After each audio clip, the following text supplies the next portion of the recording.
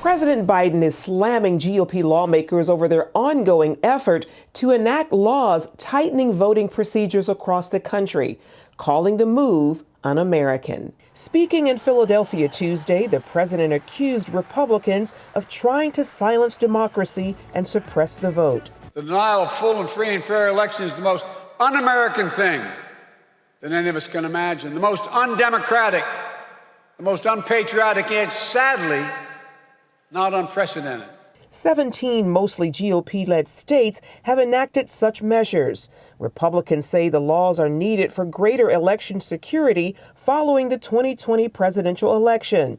Democrats contend they're designed to deter minorities from voting. 21st century Jim Crow assault is real. It's unrelenting.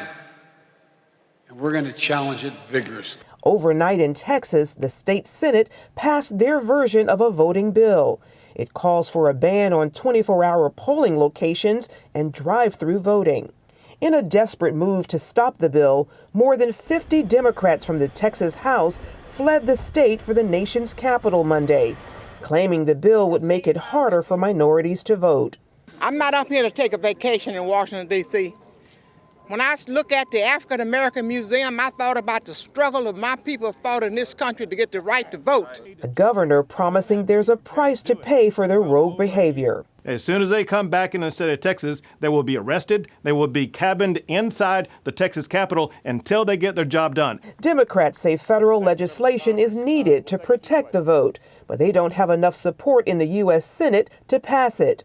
The For the People Act aims to make Election Day into a national holiday. It would also mandate that states allow 15 days of early voting, require them to send absentee ballots to all eligible voters, and ban partisan gerrymandering. But Republicans argue the measure goes too far because it federalizes elections, and the Constitution gives that right to states. In my view, SR 1 is the biggest power grab in the history of the country. It mandates ballot harvesting, no voter ID. It does away with the states being able to redistrict when you have population shifts. CBN News chief political analyst David Brody says it reflects the division between Democrats and Republicans. They believe that, in essence, the states should control it, not the federal government. And that's the bottom line. That's why it's a power grab. And it's interesting to hear the Democrats and the media call it voter suppression. The Republicans call it election integrity. And that's the big battle, the messaging battle as well.